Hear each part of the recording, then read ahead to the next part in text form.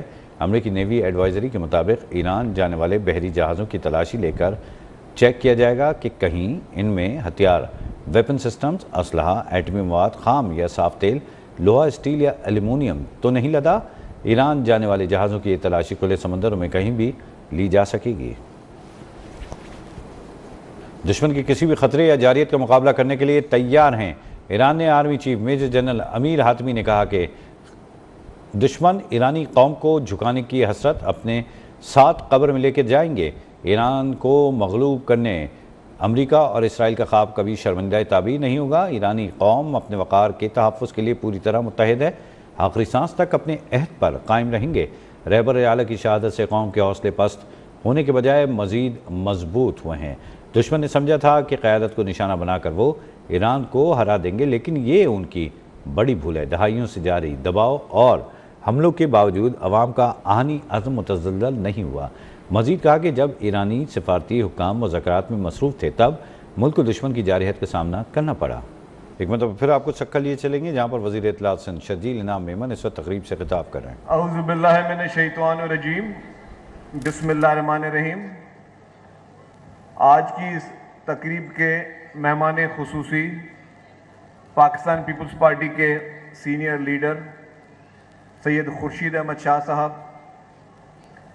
ہمارے ہر دل عزیز speaker Sindh assembly سید اویس قادر شاہ صاحب، سکھر کے معروف سیاستدان منسٹر لوکل گورنمنٹ سید ناصر حسین شاہ صاحب، منسٹر ایکسائز مکیش کمار چاولہ صاحب، ایم این اے نعمان اسلام دین شیخ صاحب، ایم پی اے فاروق شاہ صاحب، ایم پی اے قاسم سمرو صاحب، ایم پی اے سردار امداد پتافی صاحب، ایم این اے ہماری بہن یہاں موجود ہے سمرو صاحبہ، ڈسٹرکٹ پریزیڈنٹ جاوید شاہ صاحب، ہمارے میئر سکھر نوجوان میئر جناب ارسلان شیخ صاحب، ہمارے آج کے جو ہوسٹ ہیں جس نے آج پوری محفل سجائی ہے، جس نے اس محفل سجانے میں بڑی ہماری مدد کی ہے، ہم شکر گزار ہیں، جناب کمیل حیدر شاہ صاحب، administration, vice chancellor, Pakistan Peoples Party کے عہدیداران، اور سب سے زیادہ میں مبارکباد کے ساتھ ہماری آج کی خواتین، ہماری مائیں، ہماری بہنیں، السلام علیکم۔ سلام کا جواب السلام علیکم جی بھٹو۔ آج ایک اہم دن ہے پاکستان پیپلز پارٹی اور اس کی سندھ حکومت under the leadership of president Asif Ali Zardari Sahib, under the leadership of chairman Bilawal Bhutto Zardari Sahib, محترمہ فریال تالپور صاحبہ، چیف منسٹر سندھ سید مراد علی شاہ صاحب، سندھ حکومت نے ہمیشہ اچھے کام کیے ہیں، ہمیشہ تاریخی کام کیے ہیں، اور وہ کام کیے ہیں کہ جو پہلے کانسیپٹ کسی اور نے نہیں دیے۔ خاص طور پر اگر ہم خواتین کی لیے بات کریں اور ویمن امپاورمنٹ کی بات کریں، جس طرح اسپیکر صاحب نے کہا کہ اگر آپ پاکستان کی تاریخ اٹھا کے دیکھیں کہ پاکستان کی تاریخ میں خواتین کے لیے کسی پولیٹیکل پارٹی نے اگر کوئی اہم ترین کام کیے ہیں تو اس کی شروعات آپ کو پاکستان پیپلز پارٹی سے ملے گی۔ قائد عوام شہید ذوالفقار علی بھٹو صاحب کے دور میں خواتین کے لیے کام شروع ہوئے. پھر پاکستان کی پہلی خواتین وزیر اعظم جو کہ مسلم امہ کی پہلی خواتین وزیر اعظم، جس نے پوری دنیا میں اپنی محنت سے، اپنی ذہانت سے پاکستان کا نام روشن کیا، شہید محترمہ بے نظیر بھٹو صاحبہ جو کہ پاکستان کی پہلی خواتین وزیر اعظم بنی. اور پھر ایز اے خاتون وزیر اعظم جو انہوں نے پہلا کام کیا، انہوں نے وومن پولیس اسٹیشن شروع کیے خواتین کے لیے. انہوں نے فرسٹ وومن بینک بنائی خواتین کے لیے. انہوں نے جو سب سے بڑا پروجیکٹ شروع کیا جو آج آپ سب لوگوں کو اور ہماری مدد کر رہا ہے وہ لیڈی ہیلتھ ورکر کا پروگرام.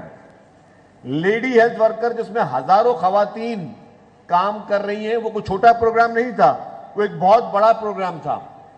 ہمارے آج کی نسل کو وہ چیزیں پتہ نہیں ہیں، ہمارے آج کی جنریشن کو، جنریشن زی کو وہ پتہ نہیں ہے کہ جین زی جو ہم جسے کہتے ہیں ان کو پتہ نہیں ہے کہ جی یہ خواتین کی وومن امپاورمنٹ کے لیے یہ کس کی سوچ تھی. آج اگر مختلف گاؤں میں حاملہ خواتین کے پاس اگر لیڈی ہیلتھ ورکر پہنچ کے جو ہے ان کو کبھی ڈیلیوری میں مدد کرتی ہیں، آج اگر پولیو ورکرز کے لیے وہ لیڈی ہیلتھ ورکرز جو گھروں میں جا کے ان خواتین کو اور ان معصوم بچوں کو جو یہ پولیو کی ویکسینیشن کر رہی ہے وہ ہماری لیڈی ہیلتھ ورکر کر رہی ہے. اسی طریقے سے جو ہماری بی ایچ یوز ہیں ہر جگہ پہ جو ہماری لیڈی ہیلتھ ورکر کام کر رہی ہے، یہ سارا کانسیپٹ شہید محترمہ بے نظیر بھٹو صاحبہ کا تھا.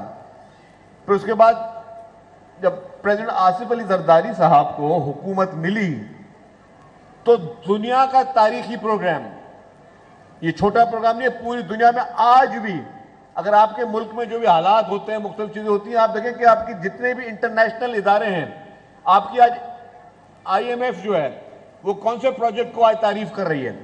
وہ آپ کی بے نظیر انکم سپورٹ پروجیکٹ کو تعریف کر رہی ہے.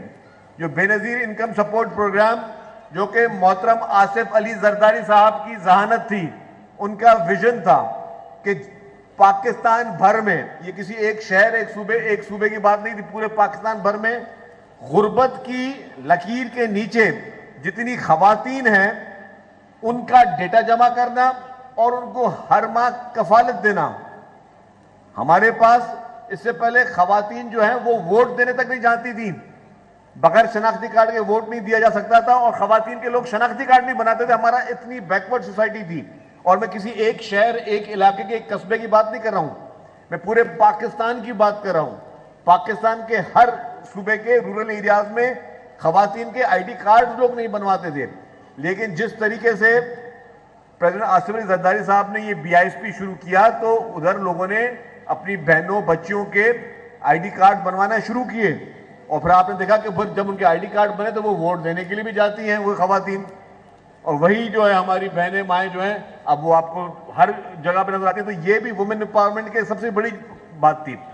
پھر ہمارے چیئرمین بلاول بھٹو زرداری صاحب نے جو ایک تاریخی کام کیا، وہ بھی کسی چھوٹے شہر یا صوبے کا کام نہیں ہے، وہ دنیا کی تاریخ کا، پاکستان پیپلز پارٹی بات کریے دنیا کی تاریخ کا، دنیا کی تاریخ کا سب سے بڑے میں بڑا ہاؤسنگ پروجیکٹ وہ کسی اور خطے میں نہیں ہے، وہ کسی اور ملک میں نہیں، وہ کسی اور صوبے میں نہیں، وہ صوبہ سندھ میں جو کہ چیئرمین بلاول بھٹو زرداری صاحب نے شروع کیا. اور وہ جو انہوں نے ہاؤسنگ پروجیکٹ شروع کیا جس میں 21 لاکھ لوگوں کو، 21 لاکھ خاندانوں کو مفت میں جو گھر بنا کے دے رہی ہے پاکستان پیپلز پارٹی کی سندھ حکومت جو سیلاب متاثرین کو، اس میں بھی چیئرمین بلاول بھٹو زرداری صاحب نے کہا کہ میں اس گھر کی کفالت جو ہے، اس گھر کا جو ٹائٹل ڈیڈ ہوگی وہ میں خاتون کو دوں گا، اس گھر کی خاتون کو ملے گا، اس گھر کی ماں کو، بیٹی کو، بچی کو ملے گا، تاکہ ویمن امپاورمنٹ ہو. تو ویمن امپاورمنٹ میں اس سے بڑا کانسیپٹ پاکستان پیپلز پارٹی نے جو دیا ہے وہ پورے پاکستان میں کہیں نہیں ہے. اور میں پھر یہ بتاؤں، ہم سب جو بھی یہ کام دیکھ رہے ہیں، اب یہ رائٹ پہ اسکوٹر دیکھ رہے ہیں یا باقی پروجیکٹ دیکھ رہے ہیں، کیونکہ سب محترمہ بے نظیر بھٹو شہید کے ویژن پہ چلنے والے لوگ ہیں. یہ ویمن امپاورمنٹ کا اگر آپ ڈکشنری میں آپ سینونیمس لائیں گے تو آپ کو پاکستان پیپلز پارٹی نظر آئے گی. یہ محترمہ بے نظیر بھٹو شہید کا ویژن ہے کہ ہم جو پروجیکٹس ہیں ہر ڈپارٹمنٹ میں ہم کہتے ہیں جی فرسٹ پرائرٹی کس کو دینی ہے؟ وہ خاتون کو دینی ہے، وہ خواتین کو دینی ہے. کیوں دینی ہے؟ کیونکہ آپ کی جو پاپولیشن ہے اس کی میجورٹی خواتین ہیں. یہ تو ہمارے پاس انفارچونیٹلی میل ڈومینیٹڈ سوسائٹی ہے جنہوں نے ہمیشہ خاتون کو مطلب ناٹ 100%، کافی لوگ اس کو یا حقارت کی نگاہ سے دیکھتے تھے یا اس کو کمزور سمجھتے تھے. نہیں، ہماری خواتین جو ہیں ان کو مضبوط کرنا ہمارا کام ہے، حکمرانوں کا کام ہے، اور وہ حکمران یہ کر رہے ہیں. ٹرانسپورٹ ڈپارٹمنٹ ایک بہت چھوٹا سا ڈپارٹمنٹ ہمیشہ سے رہا ہے اور بہت چھوٹا سا ڈپارٹمنٹ ہی سمجھا جاتا ہے، لیکن اویس شاہ صاحب جب ٹرانسپورٹ منسٹر تھے تو انہوں نے پیپلز بس سروس کی شروعات کی. جو پہلی ٹرانچ بسز کی ہے اویس قادر شاہ صاحب نے شروع کی، میں ان کو مبارکباد پیش کرتا ہوں. تو اس کے بعد یہ بسز کا نہ رکنے والا سلسلہ شروع ہوا. ہم نے مختلف بسز لے کے آئے، جس طرح نے کہا پاکستان کی پہلی ای وی بس پورے پاکستان میں اور کوئی صوبہ نہیں لے کے آیا، پاکستان پیپلز پارٹی کی سندھ حکومت لے کے آئی. اسی طریقے سے پنک بسز کیا تھا؟ میں چاہوں گا کہ ہماری خواتین اس میں بیٹھی ہوئی ہیں اس پنڈال میں، وہ غور سے سنیں. جو خواتین کے لیے پنک بس شروع کی گئی، یہ ایک شہر ایک صوبے کی بات نہیں ہے، ایک ملک کی بات نہیں ہے، پورے